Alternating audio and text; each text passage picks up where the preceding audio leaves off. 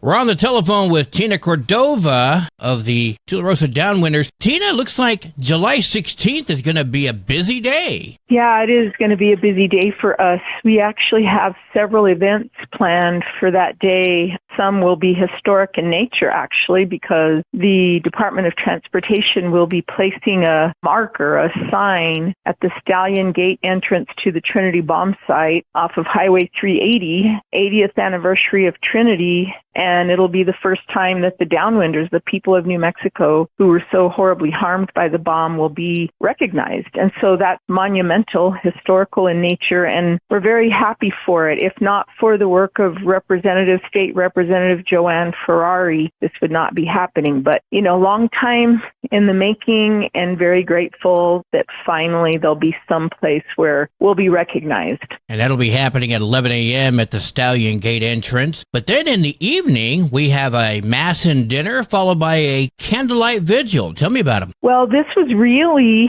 Archbishop Wester's request. We've had candlelight vigils. It'll be the 16th year in Tularosa, but we've never had a mass like this before. This will also be historical in nature because Archbishop Wester, Bishop Baldacchino from Las Cruces, and Bishop Walls from Gallup, they'll all be joining us in Tularosa. There'll be a mass. Right after that, we'll have a dinner where we feed everybody, and then we'll proceed over to the Veterans Memorial Park in Tularosa, where we'll have our 16th annual Candlelight Vigil. The mass is going to start at 6 p.m. We're hoping that around 7 we'll start the dinner, and then the Candlelight Vigil will start at 8:30. The dinner and mass are at St. Francis, and the candlelight dinners at Tularosa Veterans Park, if I'm not mistaken. That's right. The Catholic Church in Tularosa has been there for a very long time. St. Francis de Paula Catholic Church. It's where I went to church as a kid. All my family pretty much has been baptized and made their first communion in that church. It's a beautiful old historic church, and we'll have mass there at 6, the dinner afterwards, and then the candlelight vigil will go over to the Memorial Veterans Park. All right, Tina, there's a couple other things I want to talk to you about that are happening right now in the news. First off, Rika looks like there may be some life in it after all. Yeah, June 10th was the first-year anniversary of basically, or essentially, the Republicans in the House let it expire on June 10th of last year. We had full approval of a Rika expansion and extension out of the U.S. Senate with a vote of 69 to 30, but Speaker Johnson would never allow a vote on the House floor, although when proponents of the bill had counted votes, they knew they had the votes. And so it expired. And what that has meant is nobody that would have qualified for it previously could apply to the program. And we know that there have been people who basically have been in need of the program over the last year, but were not able to apply. Now, New Mexico, as the Downwinders stand, has never been included in the 34 years that the fund has been set up. But we do have uranium workers in New Mexico that would have qualified, and so they haven't been able to apply. As of this week, we found out, I believe it was last Friday actually, we found out that in the Republican version of the reconciliation bill that's being considered right now in Congress, language has been entered that would expand and extend Rika for 2 years, and it would include the Downwinders of New Mexico for the first time. And I've been saying that that's good news. We're grateful for that. But it leaves out a lot of our brothers and sisters from across the American West and Guam that we've been working with for more than 15 years. So while we're grateful that they decided to include us after all this time, we have little joy in the idea that other Downwinders from other places that we've grown to love and that we've grown to work with very closely. And when I say closely, these are people I interact with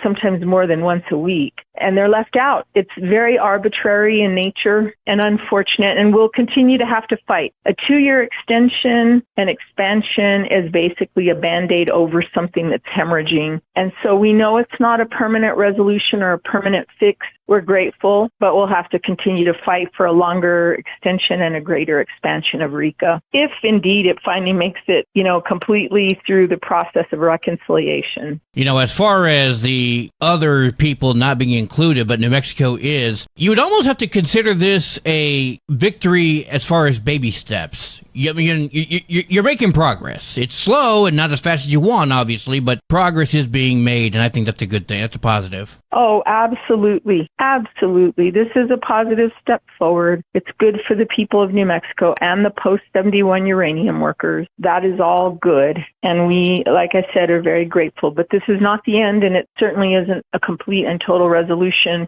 not exactly entirely what we were hoping for, but a positive step forward and recognition that we've waited 80 years for. I mean, acknowledgement and recognition that the people of New Mexico have been waiting 80 years for. 80 years is a long time, but I'm glad to see that progress is being made. Moving on to one final topic that has to be close to you and a big fear. Right now, as you know, war drums are being sounded in Iran, who may or may not have a nuclear weapon. You know firsthand what the long-term effects of a nuclear blast can be if they strike anywhere near civilians. Any thoughts on the possibility, for the first time in a long time, a strong possibility of nuclear war on the other side of the world? I have grave concerns right now. And, one of the things that I have said for years, one of the ways I have described this is that you may survive a nuclear blast,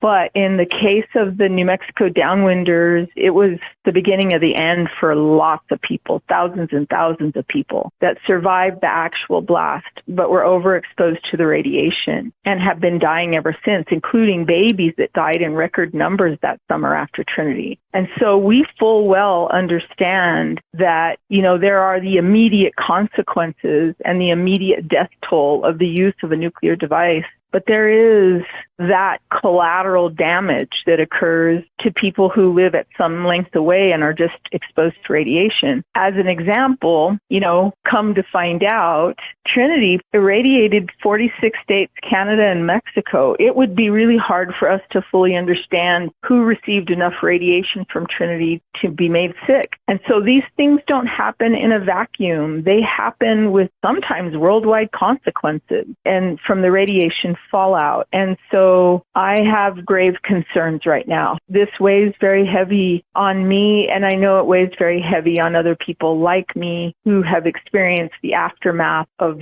atomic blast. There are people still today, right here in the land of enchantment, that are suffering with cancers directly connected to Trinity. And that's 80 years ago. That's correct. And I always tell people, sometimes I think people view these things as static. There was a bomb detonated. It happened July 16th, 1945, in the case of Trinity, and it was a static event. In other words, it happened.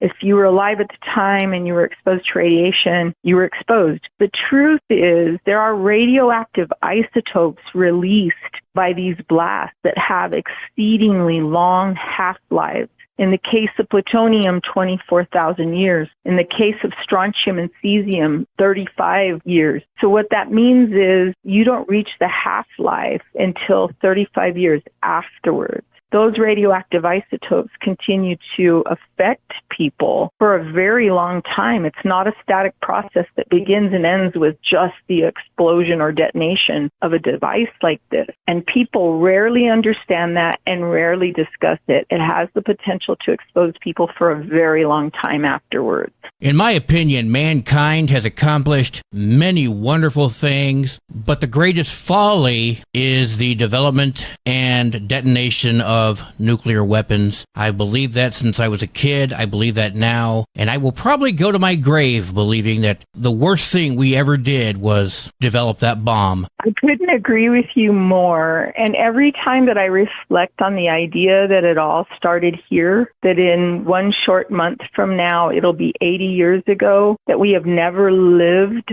free of the threat of what we're basically experiencing right now. This threat of this potential detonation of a nuclear device. When you think about the power of the bombs that we possess today versus what they were like in Hiroshima and Nagasaki, it is just unbelievable. And there's no comparison. There is absolutely no comparison. They're tens of magnitude more powerful. And so the magnitude of the power of these bombs is not comparable. And it's scary.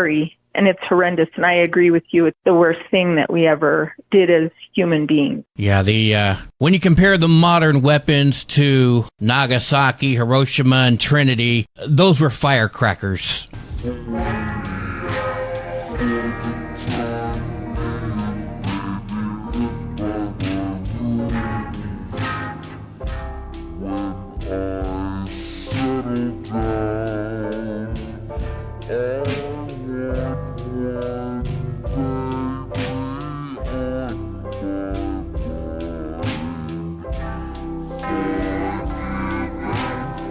Site, which is trinitydownwinders.com, and they can access any information that they need there. People can also contact me. If you go to the website, there's a contact form where they can reach out to me, and we'll be glad to share information with them. Those are probably the best two ways for me to describe how to get information over, the radio. And so please go to our website, trinitydownwinders.com. There'll be a contact form there. You can reach out to me and get my contact information that way, and we'll do everything we can to answer questions and support people in joining with us on July 16th for those amazing events that we're holding. And before I let you go, is there anything else you'd like to share? Yeah, I just would also like to say that there's an amazing documentary about the New Mexico Downwinders making its way through film festivals, and you may want to check that out as well. There's screenings coming to different parts of New Mexico and other parts of the country, and the website for that is firstwebombednewmexico.com. So it's firstwebombednewmexico.com. All right, Tina Cordova, the Tularosa Downwinders. Thank you so much for your time, Tina. Good to talk to you. Thank you. Take care.